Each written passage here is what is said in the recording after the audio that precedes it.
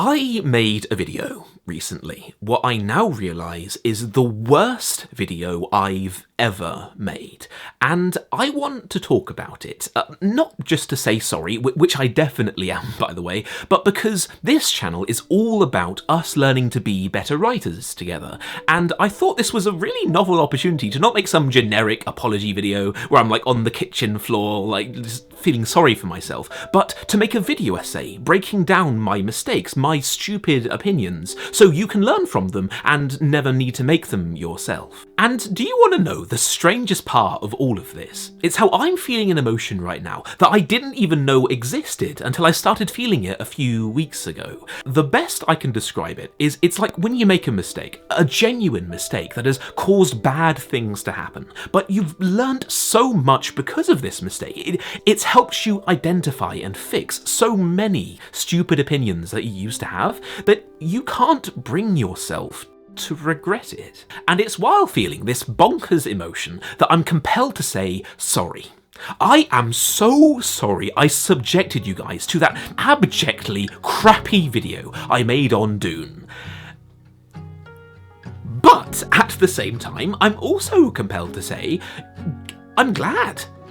God, am I glad I made that crappy video essay, because it taught me that my entire perception, the perception I have of what makes for a good story, it's wrong. It's completely, fundamentally wrong.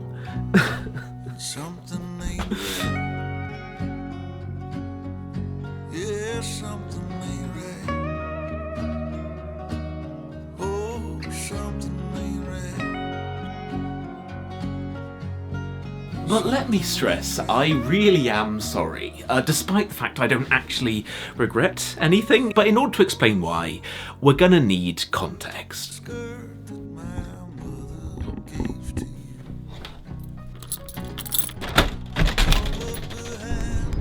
Good.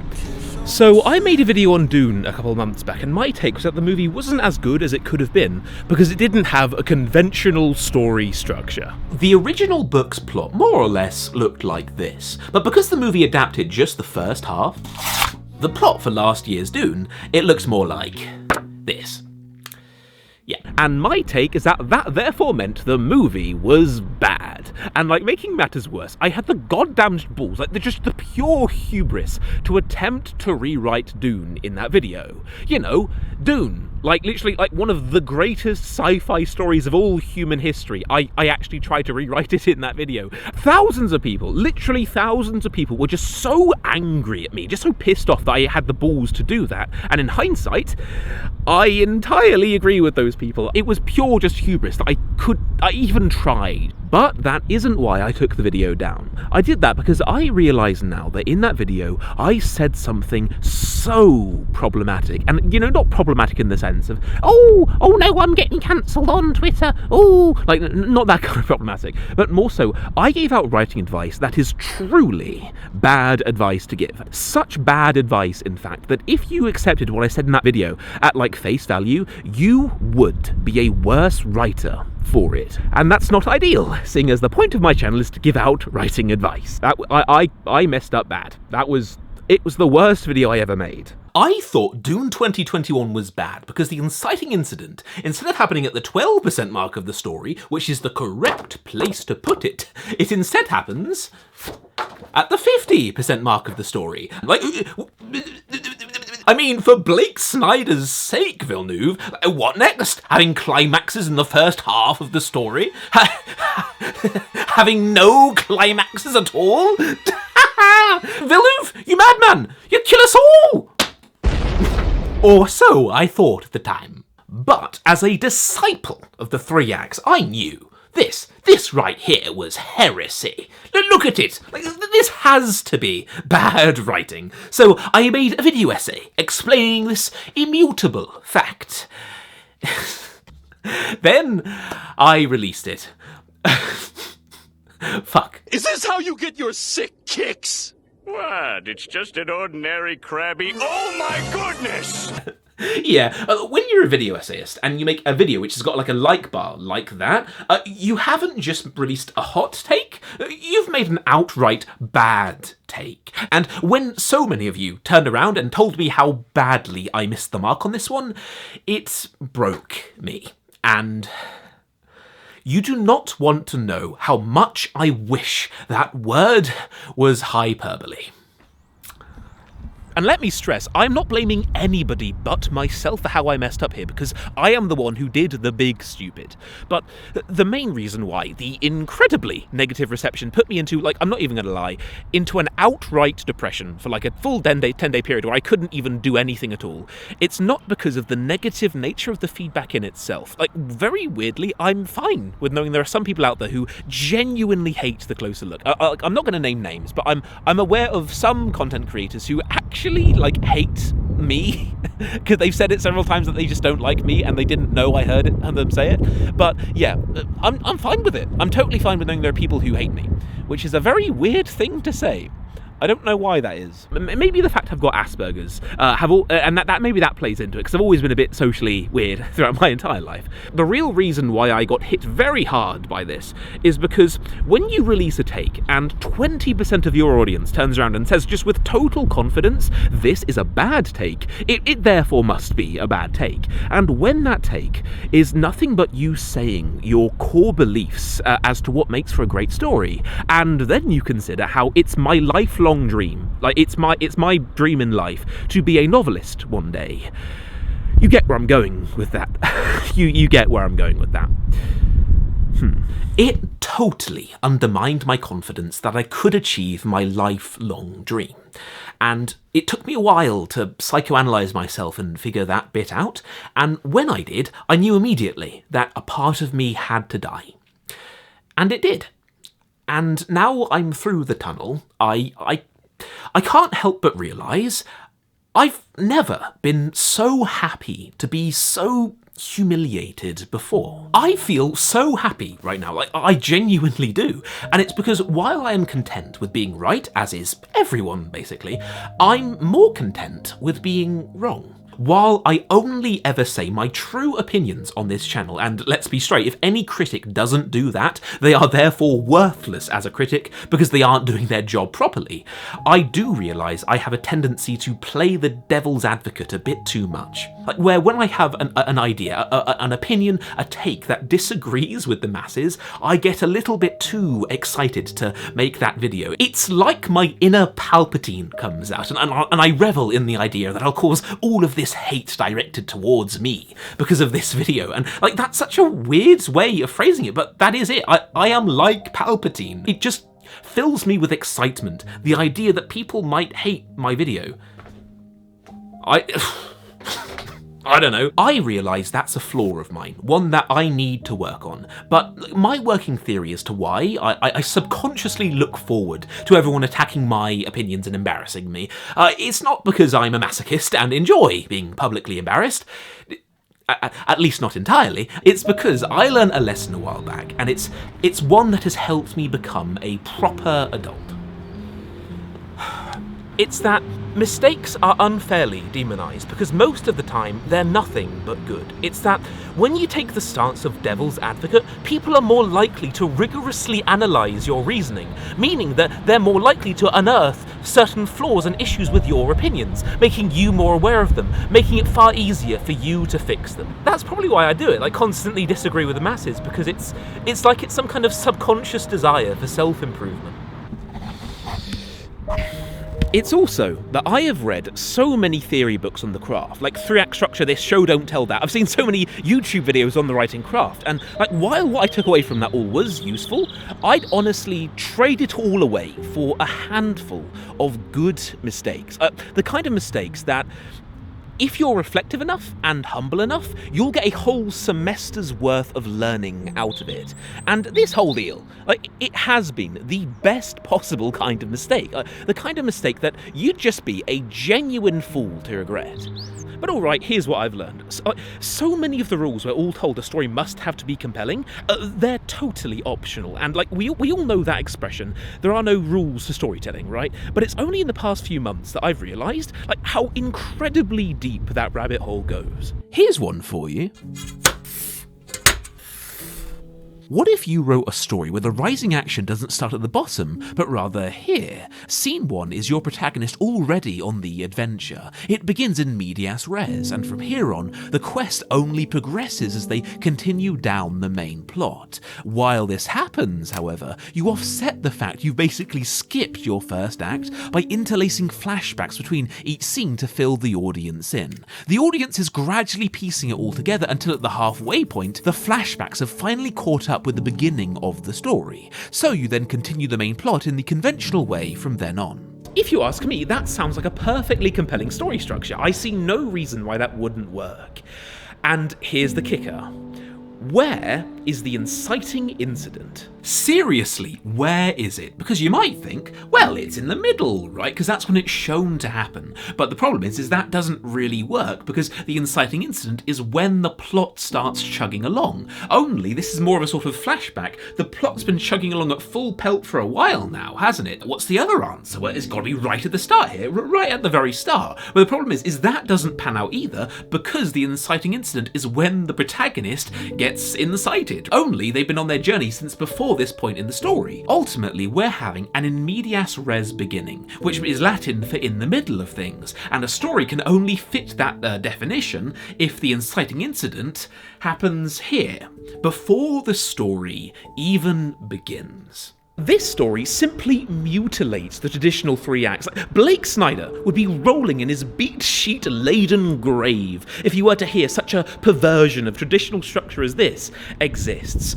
But to me, it sounds like a perfectly viable, intuitive, and downright compelling way to tell a story. And technically, this is a story that doesn't have an inciting incident. Hi. Editing Henry here. I just realised that 2016's Deadpool uses this exact structure, to the letter. That movie adheres to this. And yes, I am using my Game of Thrones collection to prop up my monitor. Shut up, okay, don't mention it in the comments. I bought a small monitor and it can't go up, okay? This is concrete proof that you can tell a story that doesn't have an inciting incident, and it can go down extremely well. So take that past, Henry, you idiot.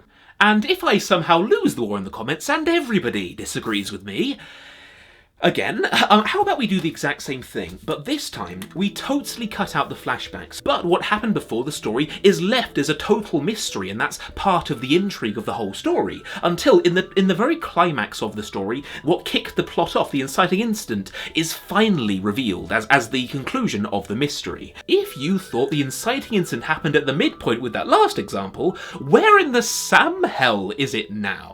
And there surely have to be so many other unconventional story structures which don't even have an inciting incident. I'm not clever enough to figure them out, but a lot of you guys are, I'm sure. So, go crazy with it. There has to be so many unconventional story structures out there for you guys to invent and use. Hi, Editing Henry again. So I just thought of another one. What if we had a plot which had 3 inciting incidents instead of 1? And well, how would that work? Well, you do it in this sort of leapfrog structure, where you had your first inciting incident, which then kicks off a nice little plot, which leads to a nice climax with a denouement. Basic fare. But as you hit the denouement, you have another inciting incident which clicks off a new plot arc, and then you can have this pattern repeat 4, 5, who knows how many times, and it could still totally work as a story. And I imagine if you had a really nice glue tying all of these plot lines together, such as one grand plot arc, or a character undergoing a really compelling development, that could make for a really compelling story. And again, it shits all over what most screenwriting books tell us we must do. Blake Snyder. Save the cat. Sorry, I've got a bad cough today. I'm sorry, guys. Blake Snyder. Save the cat. What was that? The idea of midpoints and inciting incidents, like, while they are useful concepts and you should err on the side of using them, they're not immutable laws of storytelling. They're more so, I think, the writing equivalent of training wheels, where when you're just getting to grips with the ropes, you're just learning the craft, you should default to always using them, just so you can learn how to tell great stories. But then, if you want to level up your craft and move to the next level, you need to try telling stories without these techniques. Like, Villeneuve did exactly that with his recent Dune. He shattered the conventions, and I retract everything I said in that terrible video. He did it very well. Okay. I don't retract everything I said. I do think the ending of Dune was the catharsis could have been a bit stronger. I do think that still, but everything else I said, I do retract. And also, like, one other thing I've realised, it's that plot points don't make any sense. Because think about it, like, what is the definition of the term? Like, seriously, what does the term mean? A plot point is simply when something plot-wise happens. Is that it? Like, is that actually the term? It's really stupid, because when you stop and think about it, like, plot is like never a single number of arbitrary points. It's more so like a gradual flow of progression. You have things gradually just flowing into each other, with each scene having theoretically like dozens of things going on at any one time that push things forward. So, like, really, plot is AC, not DC, unlike the term suggests. So really, it's like plot segments would be a much better term, as you like divide your plot into like little chunks, and each segment has its own like flow of like progression. Like, that is probably a way less practical way to perceive it, yet it's also like a way more, like, it's way more true to the actual nature of the thing. Like, everything I've ever been told and have told you guys about storytelling, like, it's been a lie.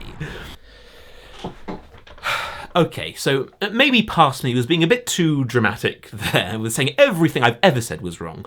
But honestly, like, I don't want to sound pretentious here, although tough luck, pretty sure I'm going to anyway. But it's almost like, because of this failed video essay, I've had an intellectual like awakening where it's prompted me to question every rule and every law of storytelling that's ever been told to me. And my takeaway is that almost all of it, like almost all of the things we've been told are mandatory in order to have a good story, they aren't. They're not mandatory at all. It's almost like when you're at school, right? And the science teacher, when they're giving you a really complex topic, will simplify things down to such an extent, like they're borderline lying. But that's fine for the science teacher to do, because they're teaching you a foundation, like, for where you can build your knowledge base upon and like progress from there.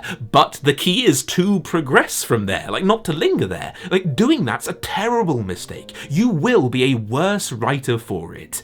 And doing that is what I've been doing my whole life. So another supposed immutable rule that makes for good storytelling is using want versus need. And if you guys don't know, want versus need is basically, so a character starts off with this want. Very simple, doesn't need explanation, they want this thing. But the catch is, they also have this need right here. And as the story starts, right, they desperately want this one, like desperately, they'll do anything to get this one. And this need right here, this is basically what they should be wanting, they just don't know they need to want. And so as the story goes along, they gradually realise that this want is hollow, and it's really this need right here. This is what they should have wanted all along.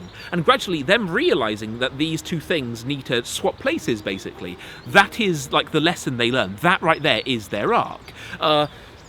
You may also know this concept under the term the lie the character believes. It's basically the exact same idea, just worded differently. So here's the thing, using want versus need is a totally tenable technique that can work very effectively, but I used to believe it was necessary for character development, but I now realise that if you walk around and you always use want versus need every time you're thinking, can I give this character an arc, that is genuinely harmful to your craft. And here's why. Let's say we're telling the story of a 15-year-old girl whose parents died, and her younger sisters need to be supported. Overnight, she's forced to become an adult, to get a job, to become the adult of the house, to keep her sisters out of poverty. And as the story goes along, it's bittersweet, because the relationship with her sisters has never been stronger, and they're given a chance to explore themselves, to have their own childhood. But it comes at the expense of her not having her own childhood, or her never getting the chance to explore herself. She was planning on university, she had a dream career, but she had to kiss all of that goodbye. And in the end, when she sees her sisters achieve their dreams, she's so happy she chose to support them. But so sad about it, all the same. To me, that seems like a perfectly compelling character development. I see no reason why that couldn't work. Only there's a problem, because where the hell is the want and need? There is no lie the character believes. She simply has a want to protect her sisters, she does it, and it's just about her struggling to do that. She's growing as she does it, but I don't see the lie she believes. It's nowhere there. But if you ask me, that character feels more human, more authentic than most protagonists to most Hollywood movies who just so happen to have very clearly defined wants and needs. Makes you think, doesn't it? The more I think about it, the more I'm pretty sure that want versus need is an attempt to simplify the nature of human change, a lot like a scientist does when he simplifies like a science principle when teaching it to kids. But it is such an oversimplification that it erases most of the nuance, and using want versus need, while it can work very effectively, may not be the most compelling nor authentic way to depict human change. I've been thinking, although I'm yet to test it, that simply having a character go through adversity and then having them change because of it, in whatever form that change may come, that is a perfectly fine way to do character arcs where want versus need isn't even applied in any sense. I think taking that really simplistic approach might just be the ultimate way to do character arcs. I'm not sure, I'm going to test it in my next project, but that might be far more compelling and more natural a way to do character change than any other way. So here's what I think. I think that in terms of absolute must-have essentials for good storytelling, there are three. And so what is the first one? Well, characters. Pretty basic characters. Second of all, progression. Do you instill a sense of progress in the story where it never for a single second feels like things are stagnating? This can be a progression in the sense of the characters and their development, or just the plot itself. Whatever you do is good stories never feel like things are staying the same for too long, if you get what I mean. And the third part is delivery.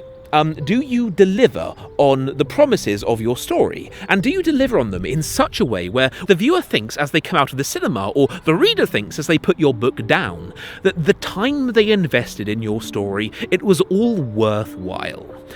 I think those are the three main pillars of good storytelling, where everything else is optional, and it's quite easy to find examples of stories which don't do other things, but those three are the main pillars, right? But again, that's just a working theory of mine, so feel free to shoot it down in the comments. Everything else, it's totally malleable, and it's all totally optional. How has it taken me this many years to figure that out? I'm not saying that I will never use the 3-act structures again, that's a bit extreme, but it is to say that I will strive to find other ways to tell stories, because, sure, the 3 acts are useful, but they're also just suffocating. Using them, you're like a tree growing against an immovable metal thing, and it restricts your development. It stops you from growing in healthy directions. And sure, it gives you support when the winds are high. If you always use the 3 acts without question, you will always have a functioning story structure. But it's really sad how nobody considers them the main counter-argument to that. A counter-argument that I only recently started considering, because it's incredibly likely with each story you tell, there is a new structure out there, a different structure out there that would simply be a better fit for the story you want to tell. The perfect version of your story. It's out there, it's ready to be realized, only you'll never write it, because your process is so reliant on these techniques that you can't imagine yourself writing a story that doesn't include them. And maybe, tragically, you've been writing for so long, adhering to these false rules, that it's become impossible for you to not adhere to them. Torturing the metaphor, we've all seen those trees that grow into poles and fences, right? Well, this metal human object has become a part of the trunk of this beautiful thing of nature of this tree. And when you see these trees, you just feel kind of sad. You just feel this kind of like melancholy every time you see that, this beautiful thing of nature that should be unrestricted, but instead it's confined and limited with this arbitrary human construct which is living like inseparably into it. And in an old sort of way, you become that tree if you take the advice I gave in that crappy video essay, where like these arbitrary human constructs have become a fundamental, inseparable part of your process. There are so many artists out there resigned to not achieving their true potential as they've fallen in love with the comfortable structure of using established techniques and formats, of outsourcing their creativity to those things. And we don't call it that, do we? The outsourcing of creativity. Although when you actually stop and think about it, when you use techniques and established formats, that's exactly what you're doing. You're outsourcing your creative thoughts to someone else, and so you don't have to think too hard about what you're doing. Why do we not call it that, the outsourcing of creativity? Is it for the same reason that an alcoholic willfully ignores the dangers of long-term drinking? Just because it's just an uncomfortable truth. How every time we use an established formula that we stunt our creativity just that little bit more. I have no idea. I haven't got no idea what the answer is to that, but it's food for thought nonetheless. I'm not sorry I made a bad video. I'm instead sorry that I ever peddled these techniques to you as if they were the be-all and end-all of storytelling, because I have been facilitating the complacency that I used to have in you. But there's something else to say, an important note to add. There is nothing wrong with using techniques created by others. There is, however, everything wrong with always using the same techniques. Because if you do that, you're not using techniques. You're using a creative crutch, and you simply will be an inferior artist to the alternate version of you from another universe, where when they come across the same problem twice, thrice, or maybe even 10 times, they strive to always apply a different solution. The rejecting of the old and embracing of the new. That right there, that is every artist's responsibility. Because if you do the opposite, if you reject the new and embrace the old, you're no longer being creative. You're no longer doing things new. You're just regurgitating what's come so many times before. And if you do that, the quality of your art and the positive impact you will have on the world will be so much tinier for it. If you want to tell the best possible stories, to be the best possible artist, as well as be the best version of yourself, you must gain the courage to run away anytime you create something and the effort required is anything less than huge. You must, above all, gain the courage to be the archetypal artist. This is my big takeaway. I now believe if there had to be a single trait that makes for a great artist, it would be discipline, right? But not the kind of discipline that you're initially thinking, right? Not just like conscientiousness, not the ability to simply work hard, more so the discipline to resist the seduction of doing what is easy. That's it right there. To feel a giddy excitement at the idea of doing the hardest possible thing you can when it comes to your art.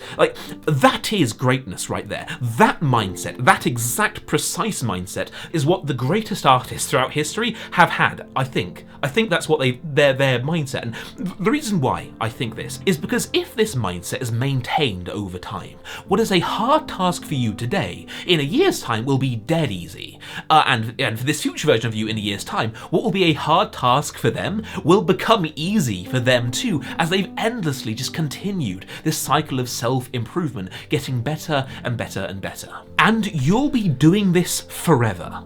Ideally, never not doing it, never not choosing the hardest thing, as each victory, or even better, as each good failure compounds upon the last, realising your talent to such a degree, making you well-informed to such an extent that an alternate version of you from a parallel universe who never had the discipline to not choose the easy thing, they might see you and see how brightly you're shining, how much you've fulfilled your full potential, potential, and they won't be happy for you.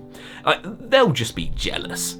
Alright? That tenet of doing things not because they're easy, but because they are hard.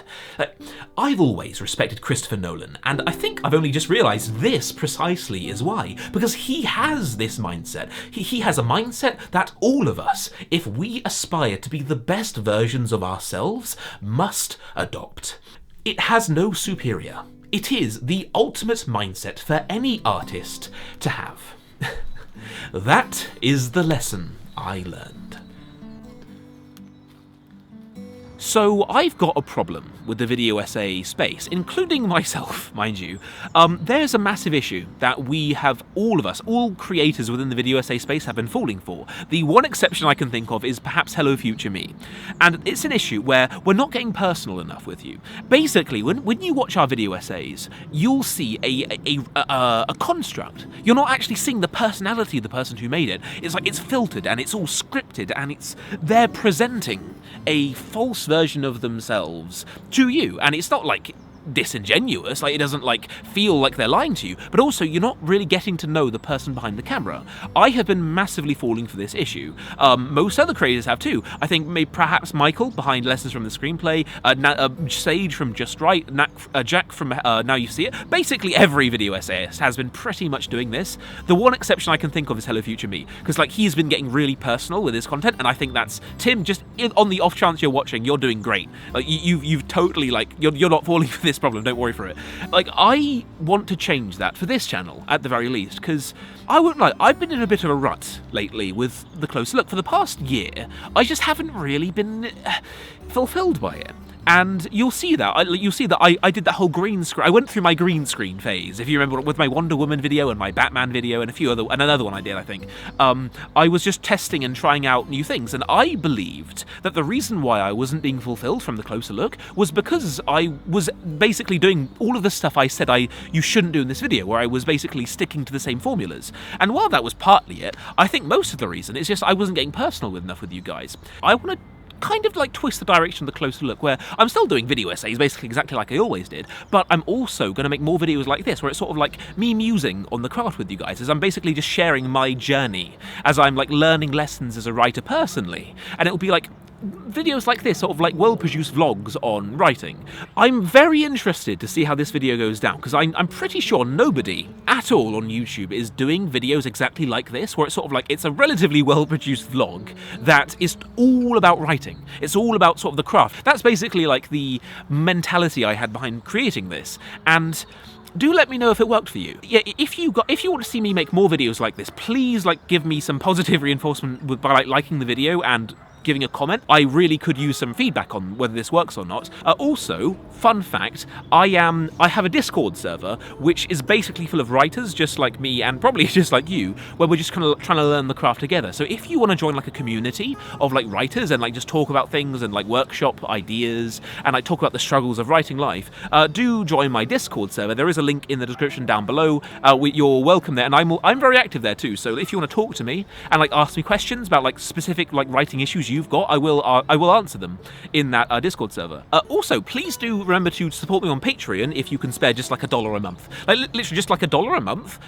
is a huge difference, because because you guys are doing that as a group, and it's really like adding up to something that's making a meaningful difference, and I'm like using it to hire and invest and hire editors to help like improve the production value of my videos. Literally just like $1 a month is huge, and I massively appreciate it. There is a link to that and my Discord server in the comments down below, or the description down below. Anyway, I hope you like the video, and I'll see you guys in the next one.